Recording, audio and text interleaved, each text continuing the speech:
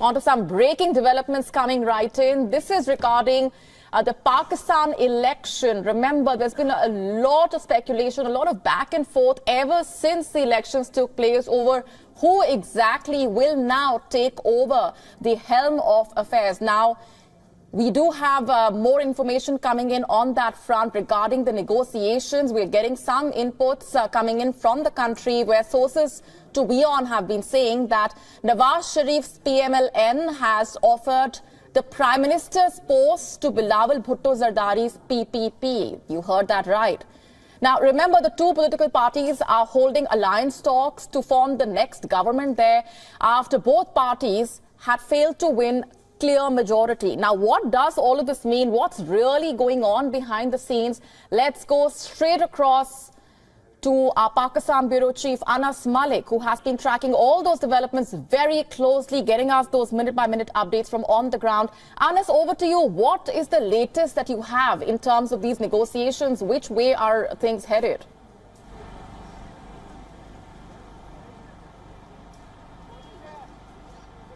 Well, Molly, these negotiations are ongoing and the Pakistan People's Party's Central Executive Committee is meeting in the house that is behind me, that is the Zardari house here in Islamabad, and they are deliberating on the PML-N's suggestions and offers. They are deliberating with regards to that what to do about it, whether to take it or not, whether to let it be, and so on and so forth. But what the sources have been telling is that yesterday night in that meeting between the Pakistan Muslim League Nawaz and the Pakistan People's Party, the PML-N had offered the slot of the Prime Minister to Bilawal Bhutto Zardari and to the Pakistan People's Party at large. But this is being seen with a lot of skepticism for the very fact with the issues that the country is grappling with. So in all likelihood, the Pakistan People's Party will not be taking up the PML-N's offer, but would rather be returning the favor back which the PML-N had done to them in 2010 by not being part of the government but still being part of the treasury benches, so that the government has its numbers. Molly?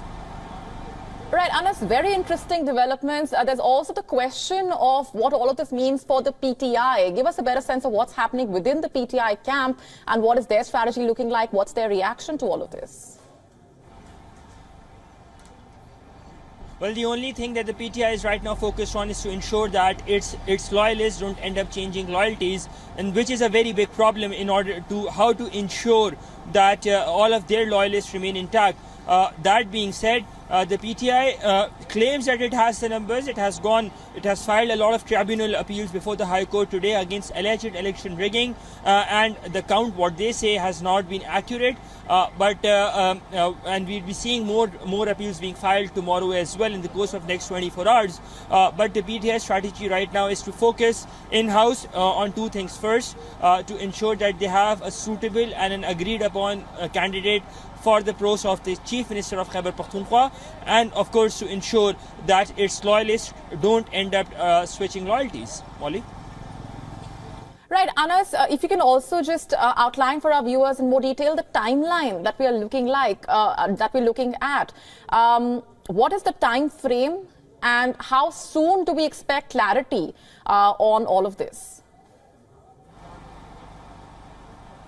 So it's a three-pronged process. It's a staged process. First is the timeline for independent candidates. As soon as they are notified, the results have been completed. As soon as they are notified, from the day of their notification, they have 72 hours or 3 days to either A, join a party, B, maintain their independent status, or C, form a new party. That is the first stage. The second stage is with regards to the timeline that the Election Commission has. The Election Commission has exactly 14 days from the day of the election, that is from the 8th of February, from Thursday when the election happened, to announce all of the results. That is number two. Number three is the timeline that the President of Pakistan has, which is a timeline of 21 days, where the President will have to convene a session of the new Constituent Assembly in a span of 21 days from the day of the election. So by virtue of that, 29th of February is the last date by when the President has to convene the session of the Assembly. Molly? All right, we're leaving it there for the moment, Anas, but of course a lot going on, and we will come back to you as and when we have further updates coming in. Thanks very much for now.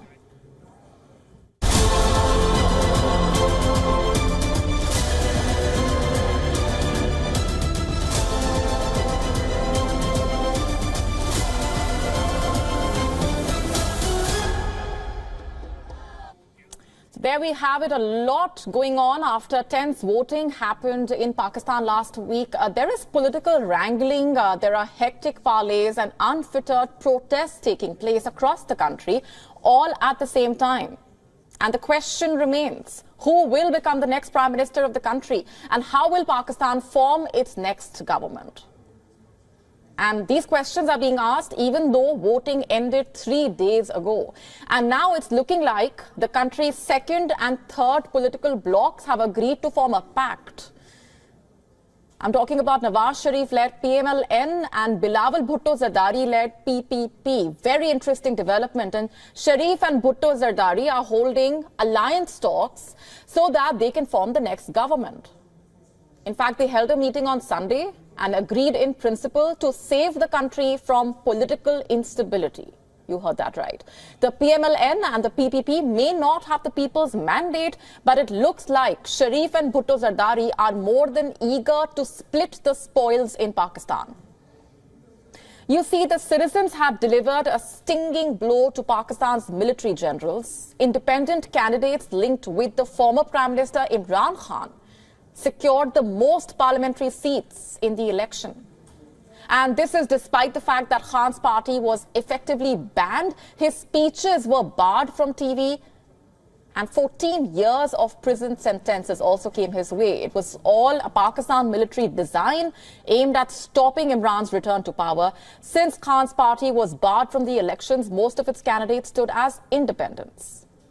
And according to the final results, independents won 101 of the National Assembly seats. At least 93 of them were Imran Khan-backed candidates. And this, by the way, puts them ahead of other parties. While Nawaz Sharif's PML-N won 75 seats, Bilawal Bhutto Zardari's PPP won 54 seats. And the result was a surprise.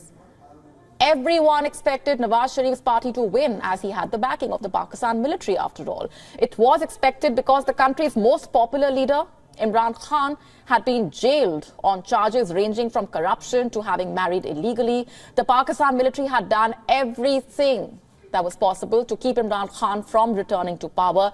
Yet the complete opposite happened. In a setback for the Pakistan military, Imran supporters came on top. Independents backed by Imran Khan now have the leverage. And this has basically forced Sharif and Bhutto Zardari to shake hands. It's not surprising. In the year 2022, the two parties had formed an alliance to oust Imran Khan. They ruled the country till August last year. Once again, they are back at the talking table, hoping to come to power and keep Imran Khan out. But what they are currently wrangling over is who will take the Prime Minister's job, and reports say both of them are hesitant. It's because of the top job in Pakistan being a seat made of thorns, to say the least. To become Prime Minister of Pakistan, a candidate has to show that they are at the head of a coalition and need to have a simple majority of 169 seats in the National Assembly. Of the 366 seats, 266 are decided by direct voting. 70 seats are reserved for women and non-Muslims. These are allocated according to the strength of each party in the National Assembly. And under the rules, independent candidates are not eligible to be allocated reserved seats in the parliament. The candidates could join either party or form a coalition with a smaller party to block either candidate. A successful coalition between both PML-N and PPP would decrease the leverage of the candidates supported by Imran Khan. But, like I mentioned earlier, talks between the PML-N and the PPP were snagged over which leader would take the top job. Both sides are interested, but there is no breakthrough so far. Both parties want the office of Prime Minister. The PML-N may not have named its prime ministerial candidate, but officials say the choice will be between Nawaz Sharif and his younger brother Shehbaz. Meanwhile, the PPP has always maintained Bhutto Zardari as its scion. And if talks are successful in the PPP's favour, the 35-year-old former foreign minister would become Pakistan's youngest prime minister since his mother Benazir was in office. And that's a big if, because currently they cannot decide their PM choice soon enough. The squabbling is deepening concerns about the stability of this nuclear-armed country. Pakistan is already mired in an economic crisis, is battling a surge in militant violence. There are multiple crises. Meanwhile, Imran Khan's party, the PTI, has called for protests against the results. The PTI alleging they were rigged. On Sunday, the police blocked streets near the Electoral Commission building in Rawalpindi. They put up barbed wire and large trucks in order to block the protesters. For about 90 minutes, a crowd of a few hundred protesters chanted on the streets. And then the atmosphere turned violent. The cops resorted to firing several rounds of tear gas in order to disperse the crowd. According to Pakistani media, the results of at least 18 National Assembly seats were falsely changed by election officers.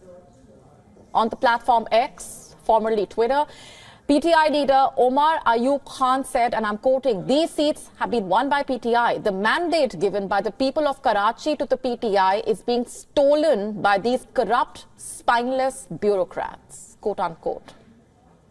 Pakistan courts have also been flooded with petitions.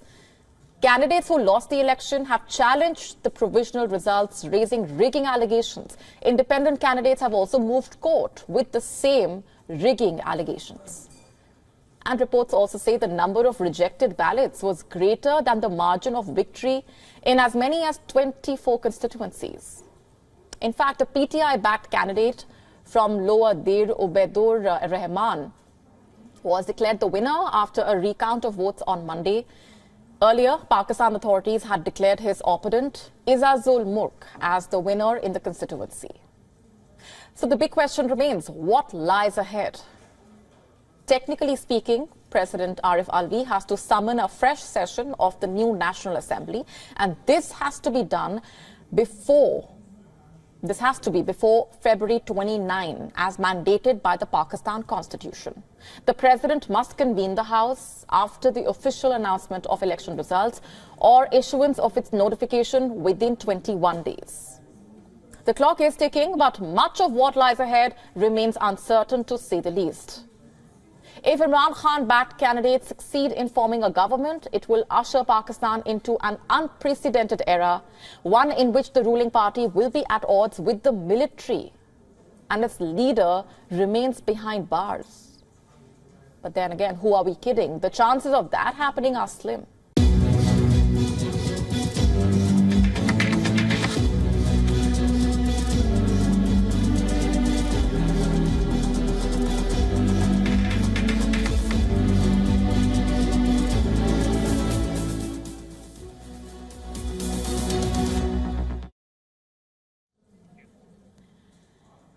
In China, the Year of Dragon has started. It's a creature considered most auspicious in Chinese zodiac. It represents power, strength, leadership. Well, what an irony. Because the Chinese leadership is becoming the ultimate despot. And here's why I say this. In 2023, nearly a dozen business executives in China have disappeared unceremoniously. Where, how, why, we don't know. And Beijing will not tell. But it is a pattern worth noting. It's a pattern that cannot be ignored. Now, imagine yourself as a board member in a publicly listed company. You have certain obligations. You have to keep shareholders informed. You have to safeguard the corporate finances, assets. You have to help the company define its major goals. But what happens when your boss suddenly disappears? Goes off the radar completely without so much as saying goodbye? What do you do? What do you tell your investors? We don't know where our chairman is. Can you actually say that? Isn't it strange, awkward? How do you tell your investors that you have lost contact with your chairman? What happens then?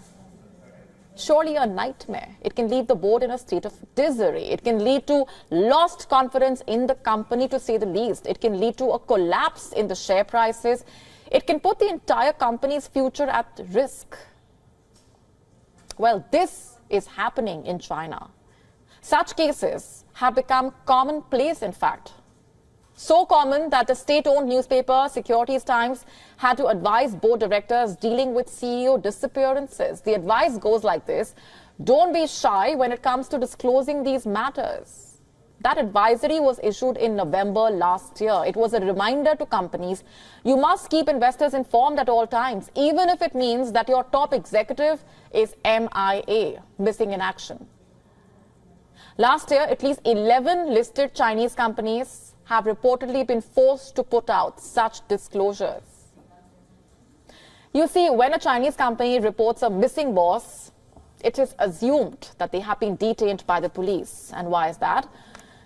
Because the Communist Party regime is deepening its control over the Chinese economy. Just take a look at the pattern here. Earlier this month, Chinese banking tycoon Bao Fan resigned as chairman and chief executive of a company called China Renaissance Holdings. And what's strange is not the fact that he resigned.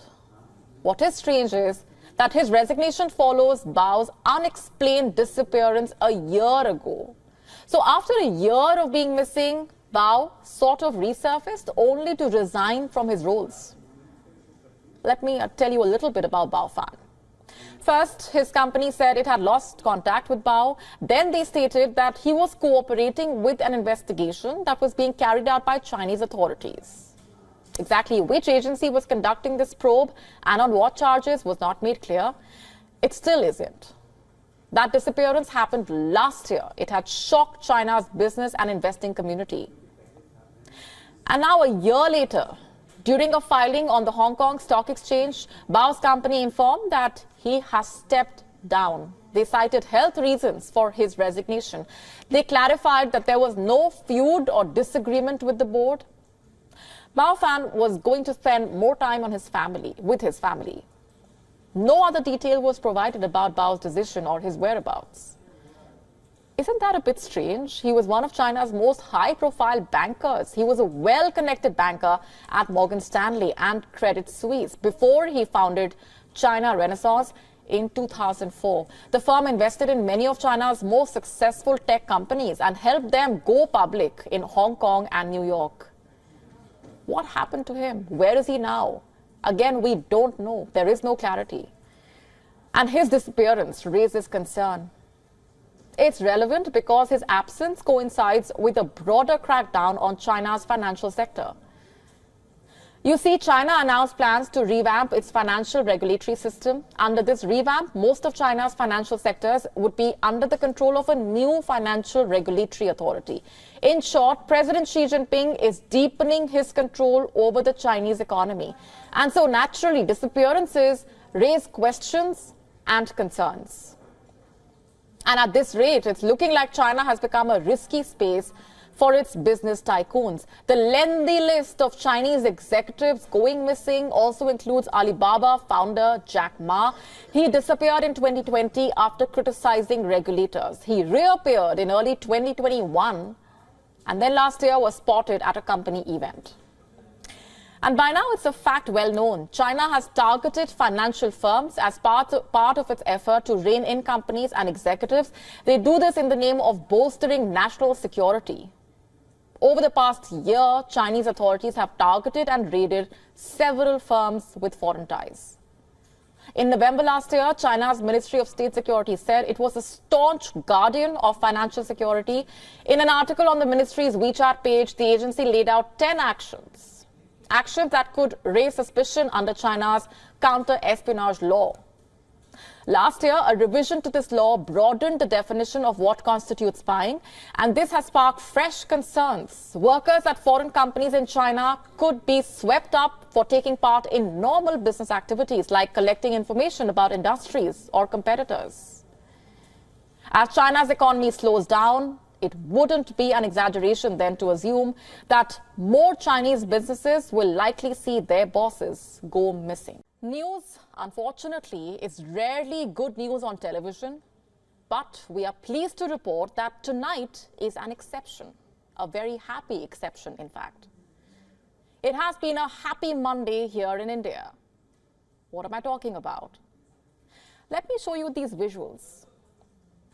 These men on your screen are Indian nationals and Indian Navy veterans who have landed from Qatar. In October 2023, they were awarded the death sentence by a Qatari court. You can imagine what followed. The tension and strain that hit them and their families, the worry that spread across India.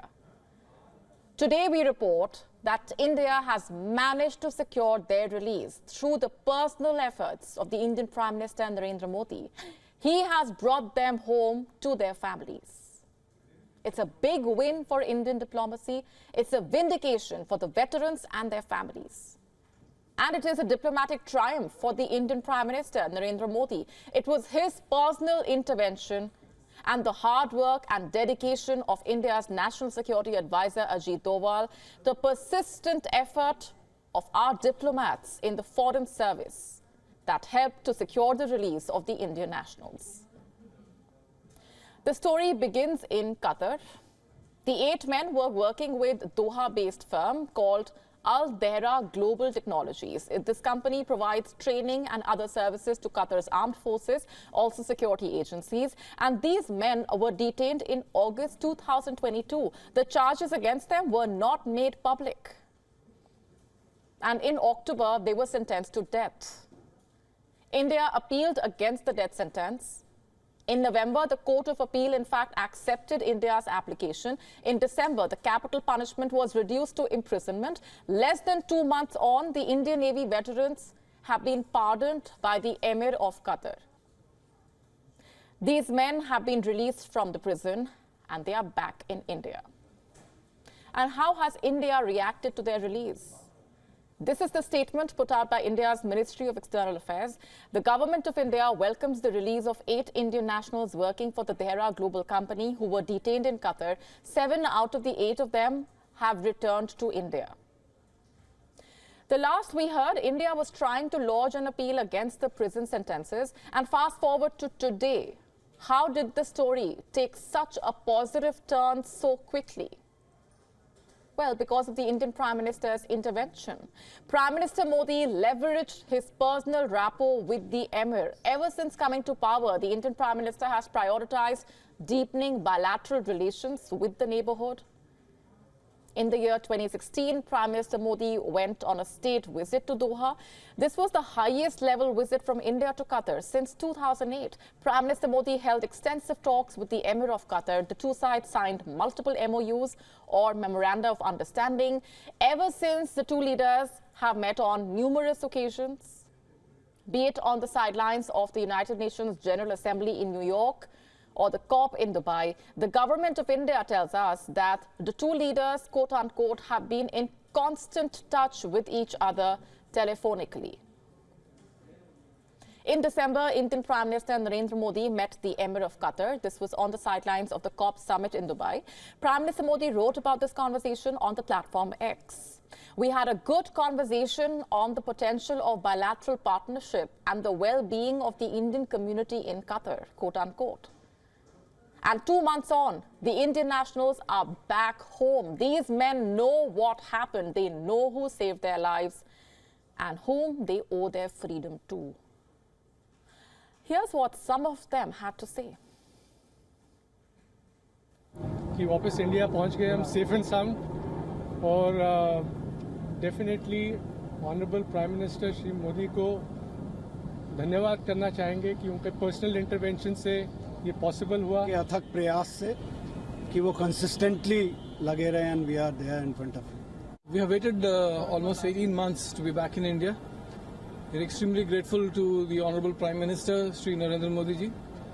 It certainly wouldn't have been possible without his personal intervention and that equation with the Emir of Qatar.